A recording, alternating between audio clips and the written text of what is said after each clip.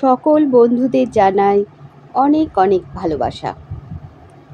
সবাইকে welcome to my channel অন্নপূর্ণার সাথে। তোমাদের ভালোবাসার টানে আবার ফিরে এলাম আমি তোমাদের কিছু শোনাতে।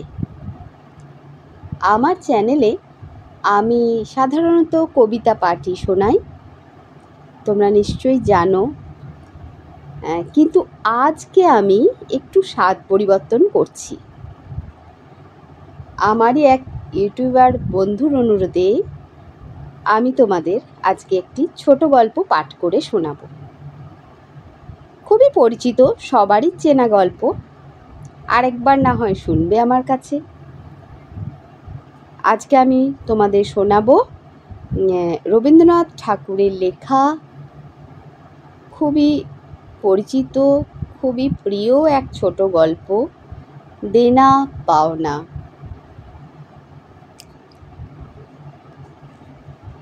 তাহলে আর দেরি নয় বন্ধুরা, আমি বরং গল্পে চলে যাই, তোমরা শুনতে থাকো। কেমন লাগলো আমাকে জানাতে যেন ভুলো না। রবীন্দ্রনাথ ঠাকুরের লেখা দেনা পাওনা। 5 ছেলের পর যখন এক কন্যা জন্মিল, তখন বাপ মায়ে অনেক আদর করিয়া তাহার নাম রাখিলেন নিরুপমা। এই গোষ্ঠীতে এমন শৌখিন নাম ইতিপূর্বে কখনো শোনা যায় নাই। প্রায় ঠাকুর দেবতার নামই প্রচলিত ছিল, গণেশ, কার্তিক, পার্বতী তাহার উদাহরণ। এখন নিরুপমার বিবাহের প্রস্তাব চলিতেছে।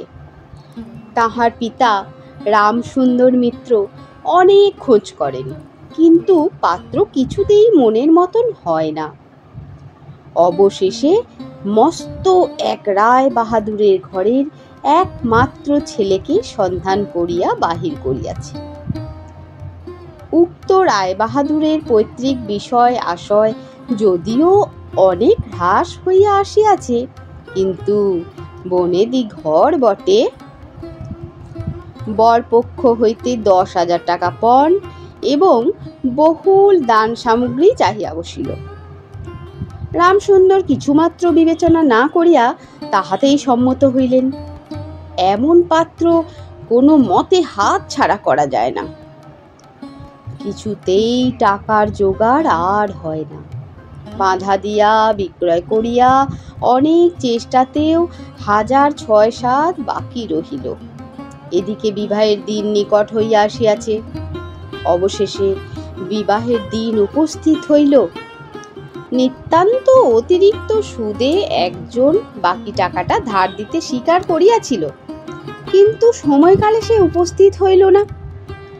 বিবাহ সভায় একটা তুমুল গোলযোগ বাঁধিয়া গেল। রামসুন্দর আমাদের রায় বাহাদুরের হাতে পায়ে ধরিয়া বলিলেন, শুভ কার্য সম্পন্ন হইয়া যাক, আমি নিশ্চয়ই টাকাটা শোধ করিয়া দিব। রায় বাহাদুর বলিলেন, টাকা হাতে না পাইলে বর সভাস্থ করা যাইবে না। এই দুর্ঘটনায় অন্তঃপুরে একটা কান্না পড়িয়া গেল। এই গুরুতর বিপদের যে মূল কারণ, সে চেলি পরিয়া, গহনা পরিয়া, কপালে চন্দন লেপিয়া চুপ করিয়া বসিয়া আছে। ভাবি শ্বশুরকুলের প্রতি যে তাহার খুব একটা ভক্তি কিংবা অনুরাগ জন্মিতেছে, তাহা বলা যায় না। ইতিমধ্যে একটা সুবিধা হইল, বর সহসা তাহার পিতৃদেবের অবাধ্য হইয়া উঠিল। সে বাপকে বলিয়া বসিল, কেনা বেচা দর দামের কথা আমি বুঝি না, বিবাহ করিতে আসিয়াছি, বিবাহ করিয়া যাইব। বাপ যাহাকে দেখিল তাহাকেই বলিল, দেখেছেন মহাশয় আজকালকার ছেলেদের ব্যবহার। 2-1 প্রবীণ লোক ছিল, তাহারা বলিল, শাস্ত্র শিক্ষা নীতিশিক্ষা একেবারে ন্যায়, কাজেই বর্তমান শিক্ষার বিষময় ফল নিজের সন্তানের মধ্যে প্রত্যক্ষ করিয়া রায় বাহাদুর হতোদ্যম হইয়া বসা রইলেন। বিবাহ এক প্রকার বিষণ্ণ নিরানন্দভাবে সম্পন্ন হইয়া গেল। শ্বশুরবাড়ি যাইবার সময় নিরুপমাকে বুকে টানিয়া লইয়া বাপ আর চোখের জল রাখিতে পারিলেন না। নীরু জিজ্ঞাসা করিল, তারা কি আর আমাকে আসতে দেবে না বাবা? রামসুন্দর বলিলেন, কেন আসতে দেবে না মা? আমি তোমাকে নিয়ে আসব। রামসুন্দর প্রায়ই মেয়েকে দেখিতে যান, কিন্তু বেহাই বাড়িতে তার কোনো প্রতিপত্তি নাই। চাকরগুলো পর্যন্ত তাকে নিচু নজরে দেখে। অন্তপুরের বাহিরে একটা স্বতন্ত্র ঘরে 5 মিনিটের জন্য কোনোদিন বা মেয়েকে দেখিতে পান, কোনোদিন বা দেখিতে পান না। কুটুম্ব গৃহে এমন করিয়া অপমান তো সহ্য যায় না। রামসুন্দর স্থির করিলেন, যেমন করিয়া হোক টাকাটা শোধ করিয়া দিতে হইবে। কিন্তু যে ঋণ ভার কাঁধে চাপিয়াছে তাহারই ভার সামলানো দুঃসাধ্য। খরচপত্রের অত্যন্ত টানাটানি পড়িয়াছে এবং পাওনাদারদের দৃষ্টিপথ এড়াইবার জন্য সর্বদাই নানান রূপ হীন কৌশল অবলম্বন করিতে হইতেছে। এদিকে শ্বশুরবাড়ি উঠিতে বসিতে মেয়েকে খোঁচা লাগাইতেছে। পিতৃগৃহের নিন্দা শুনিয়া ঘরে দ্বার দিয়া অশ্রু বিসর্জন তাহার নিত্যক্রিয়ার মধ্যে দাঁড়াইয়াছে। বিশেষত শাশুড়ির আক্রোশ আর কিছুতেই মেটে না।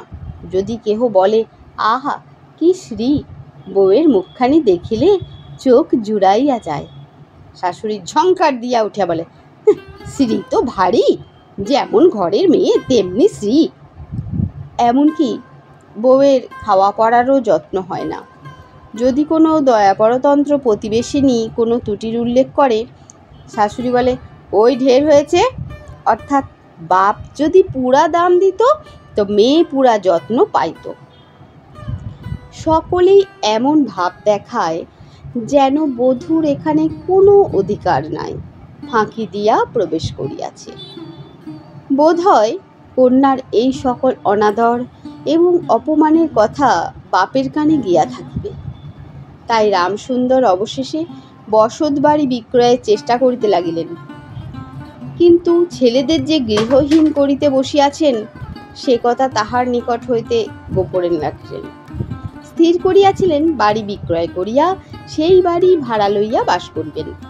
এমন কৌশলে চলিবেন যে তাহার মৃত্যুর পূর্বে এ কথা ছেলেরা জানিতে পারিবে না।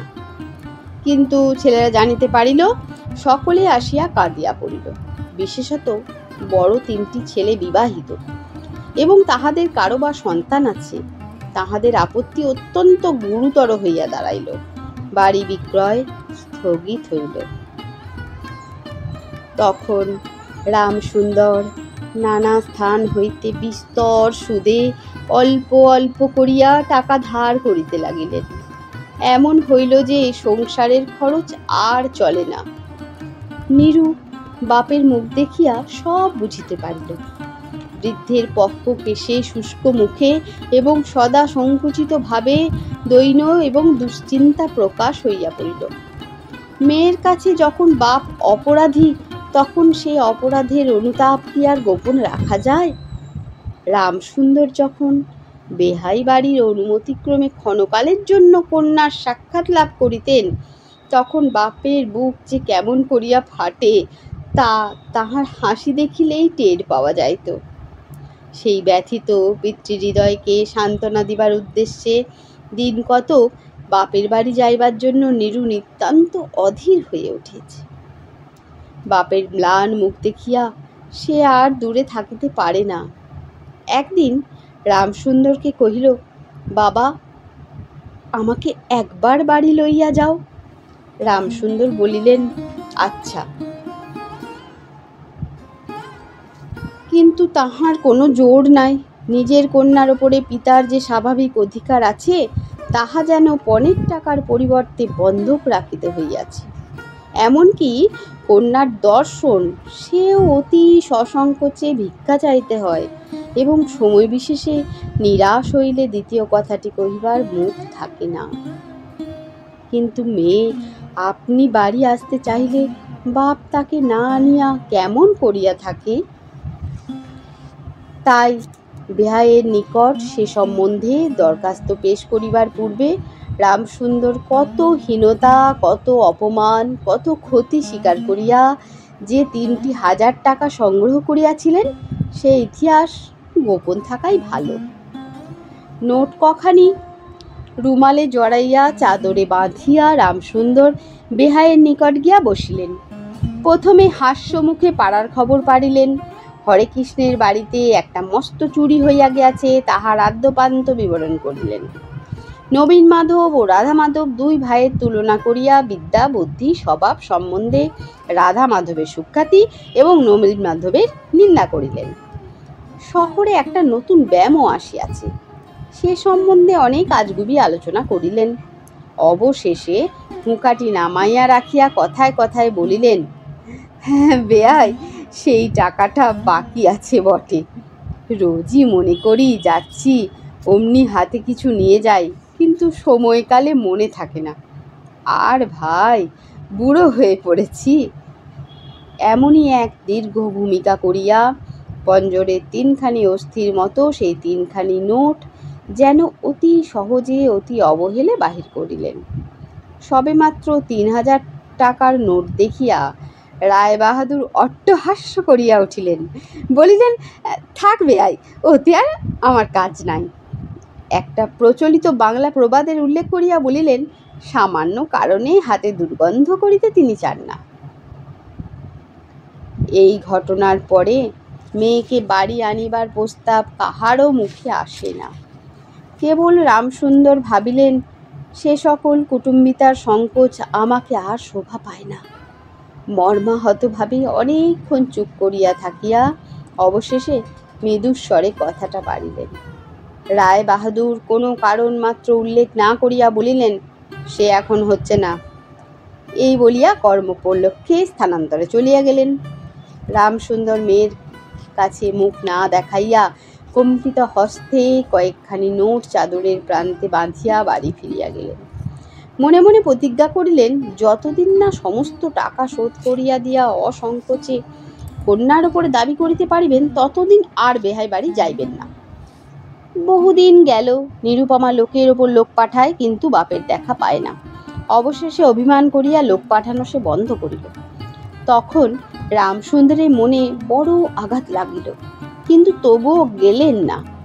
আশ্বিন মাস আসলো। রামসুন্দর বলিলেন, এবার পুজোর সময় মাকে ঘরে আনিবই, নহিলে আমি খুব একটা শক্ত রকম শপথ করিলেন।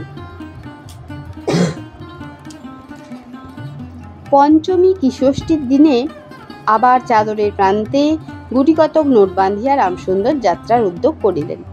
5 বছরের এক নাতি আসিয়া বলিল, দাদা, আমার জন্য গাড়ি কিনতে যাচ্ছিস? বহুদিন হইতে ঠেলা গাড়িতে চড়িয়া হাওয়া খাইবার শখ হইয়াছে, কিন্তু কিছুতেই তাহা মেটিবার উপায় হইতেছে না। 6 বৎসরের এক নাতনি আসিয়া সব রোদনে কহিল, পূজার নিমন্ত্রণে যাইবার মতো তার একখানিও ভালো কাপড় নাই। রামসুন্দর তাহা জানিতেন এবং সে সম্বন্ধে তামাক খাইতে খাইতে বৃদ্ধ অনেক চিন্তা করিয়াছেন। রায় বাহাদুরের বাড়ি যখন পূজার নিমন্ত্রণ হইবে, তখন তাহার বধূগণকে অতি যৎসামান্য অলঙ্কারে অনুগ্রহ পাত্র দরিদ্রের মতো যাইতে হইবে। একথা স্মরণ করিয়া তিনি অনেক দীর্ঘশ্বাস ফেলিয়াছেন, কিন্তু তাহাতে ললাটের বার্ধক্য রেখা গভীরতর অঙ্কিত হওয়া ছাড়া আর কোনো ফল হয় নাই। দৈনপীড়িত গৃহের ক্রন্দনধ্বনি কানে লইয়া বৃদ্ধ তাহার বেহাই বাড়িতে প্রবেশ করিলেন। আজ তাহার সে সংকোচ ভাব নাই। দ্বাররক্ষী ভৃত্যদের মুখের প্রতি সে চকিত সলজ্জ দৃষ্টিপাত দূর হইয়া গিয়াছে, যেন আপনার গৃহে প্রবেশ করিলেন। শুনিলেন রায় বাহাদুর ঘরে নাই, কিছুক্ষণ অপেক্ষা করিতে হইবে। মনের উচ্ছ্বাস সংবরণ করিতে না পারিয়া রামসুন্দর কন্যার সহিত সাক্ষাৎ করিলেন। আনন্দে 2 চোখ দিয়া জল পড়িতে লাগিল। বাপও কাঁদে, মেয়েও কাঁদে, দুইজনে কেহ আর কথা কইতে পারে না।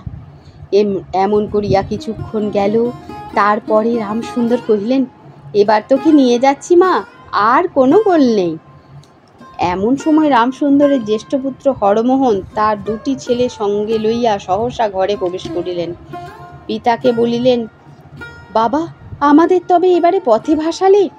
রামসুন্দর সহসা অগ্নিমূর্তি হইয়া বলিলেন, তোদের জন্য কি আমি নরকগামী হব? আমাকে তোরা আমার সত্য পালন করতে দিবি রে? রামসুন্দর বাড়ি বিক্রয় করিয়া বসিয়াছেন। ছেলেরা কিছুতে না জানিতে পায় তাহার অনেক ব্যবস্থা করিয়াছিলেন, কিন্তু তবু তাহারা জানিয়াছে দেখিয়া তাহাদের প্রতি হঠাৎ অত্যন্ত রুষ্ট ও বিরক্ত হইয়া উঠিলেন। তাহার নাতি তাহার দুই হাঁটু সবলে জড়াইয়া ধরিয়া মুখ তুলিয়া কহিল, দাদা, আমাকে গাড়ি কিনে দিলে না? নতশির রামসুন্দরের কাছে বালক কোনো উত্তর না পাইয়া নীরুর কাছে গিয়া বলিল, পিসিমা, আমাকে একখানা গাড়ি কিনে দেবে? নিরুপমা সমস্ত ব্যাপার বুঝিতে পারিয়া কহিল, বাবা, তুমি যদি আর 1 পয়সা আমার শ্বশুরকে দাও তাহলে আর তোমার মেয়েকে দেখতে পাবে না, এই তোমার গা ছুঁয়ে বললুম। রামসুন্দর বলিলেন, ছি মা, অমন কথা বলতে নেই।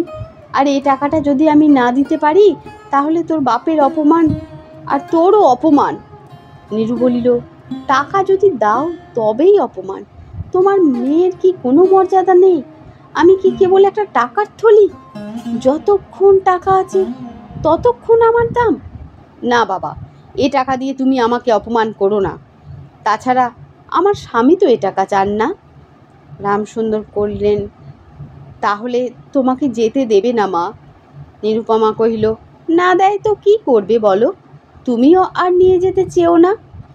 রামসুন্দর কম্পিত হস্তে নোট বাঁধা চাদরটি কাঁধে তুলিয়া আবার চোরের মতো সকলের দৃষ্টি এড়াইয়া বাড়ি ফিরিয়া গেলেন। কিন্তু রামসুন্দর এই যে টাকা আনিয়াছিলেন এবং কন্যার নিষেধে সে টাকা না দিয়াই চলিয়া গিয়াছেন, সে কথা গোপন রহিল না। কোনো স্বভাব কৌতূহলী দ্বারলগ্ন কর্ণ দাসী নীরুর শাশুড়িকে এই খবর দিল। শুনিয়া তাহারা রাক্রোশের সীমা রহিল না। নিরুপমার পক্ষে তাহার শ্বশুরবাড়ি সরসজ্জা হইয়া উঠিল। এদিকে তাহার স্বামী বিবাহের অল্পদিন পরেই ডেপুটি ম্যাজিস্ট্রেট হইয়া দেশান্তরে চলিয়া গিয়াছে, এবং পাছে সংসর্গদোষে হীনতা শিক্ষা হয়, ওই ওজরে সম্প্রতি বাপের বাড়ির আত্মীয়দের সহিত নীরুর সাক্ষাৎকার সম্পূর্ণ নিষিদ্ধ হইয়াছে। এই সময় নীরুর একটা গুরুতর পীড়া হইল, কিন্তু সেজন্য তাহার শাশুড়িকে সম্পূর্ণ দোষ দেয়া যায় না। শরীরের প্রতি সে অত্যন্ত অবহেলা করিত। কার্তিক মাসের হিমের সময় সমস্ত রাত মাথার দরজা খোলা, শীতের সময় গায়ে কাপড় নাই, আহারের নিয়ম নাই। দাসীরা যখন মাঝে মাঝে খাবার আনতে ভুলিয়া যাইত, তখন যে তাহাদের একবার মুখ খুলিয়া স্মরণ করাইয়া দেয়া, তাহাও সে করিত না। সে যে পরের ঘরের দাস দাসী এবং কর্তাগৃহিণীদের অনুগ্রহের ওপর নির্ভর করিয়া বাস করিতেছে, এই সংস্কার তাহার মনে বদ্ধমূল হইতেছিল। কিন্তু এরূপ ভাবটাও শাশুড়ির সহ্য হইত না। যদি আহারের প্রতি বধূর কোনো অবহেলা দেখিতেন, তখন শাশুড়ি বলিতেন, নবাবের বাড়ির মেয়ে কিনা, গরিবের ঘরের অন্ন ওর মুখে রোচে না। কখনো বা বলিতেন, দেখো না একবার চিড়ি হচ্ছে, দেখো, দিনে দিনে যেন পোড়া কাঠ হয়ে যাচ্ছে। রোগ যখন গুরুতর হইয়া উঠিল, তখন শাশুড়ি বলিলেন, ওর সমস্ত ন্যাকামি। অবশেষে একদিন নীরু সবই নিয়ে শাশুড়িকে বলিল, বাবাকে আর আমার ভাইদের একবার দেখবো মা। শাশুড়ি বললেন, কেবল বাপের বাড়ি যাইবার ছল, কেহ বলিলে বিশ্বাস করিবে না। যেদিন সন্ধ্যার সময় নীরুর শ্বাস উপস্থিত হইল, সেই দিন প্রথম ডাক্তার দেখিল, এবং সেই দিন ডাক্তারের দেখা শেষ হইল। বাড়ির বড় বউ মরিয়াছে। খুব ধুম করিয়া অন্ত্যেষ্টিক্রিয়া সম্পন্ন হইল। প্রতিমা বিসর্জনের সমারোহ সম্বন্ধে জেলার মধ্যে রায় চৌধুরীদের যেমন লোক বিখ্যাত প্রতিপত্তি আছে, বড় বউয়ের সৎকার সম্বন্ধে রায় বাহাদুরদের তেমনই একটা খ্যাতি রটিয়া গেল। এমন চন্দন কাষ্ঠের চিতা এ মুলুকে কেহ কখনো দেখে নাই। এমন খটা করিয়া শ্রাদ্ধ কেবল রায় বাহাদুরদের বাড়িতেই সম্ভব এবং শোনা যায়। ইহাতে তাহাদের কিঞ্চিত ঋণ হইয়াছিল। রামসুন্দরকে সান্ত্বনা দিবার সময় তাহার মেয়ের যে কিরূপ মহাসমারোহে মৃত্যু হইয়াছে, সকলেই তাহার বহুল বর্ণনা করিল। এদিকে ডেপুটি ম্যাজিস্ট্রেটের চিঠি আসিল, আমি এখানে সমস্ত বন্দোবস্ত করিয়া লইয়াছি, অতএব অবিলম্বে আমার স্ত্রীকে এখানে পাঠাইব। রায় বাহাদুরে মহিষী লিখিলেন, বাবা, তোমার জন্যে আরেকটি মেয়ের সম্বন্ধ করিয়াছি, অতএব অবিলম্বে ছুটি লইয়া এখানে আসিবে। এবারে 20,000 টাকা পণ এবং হাতে হাতে আদায়।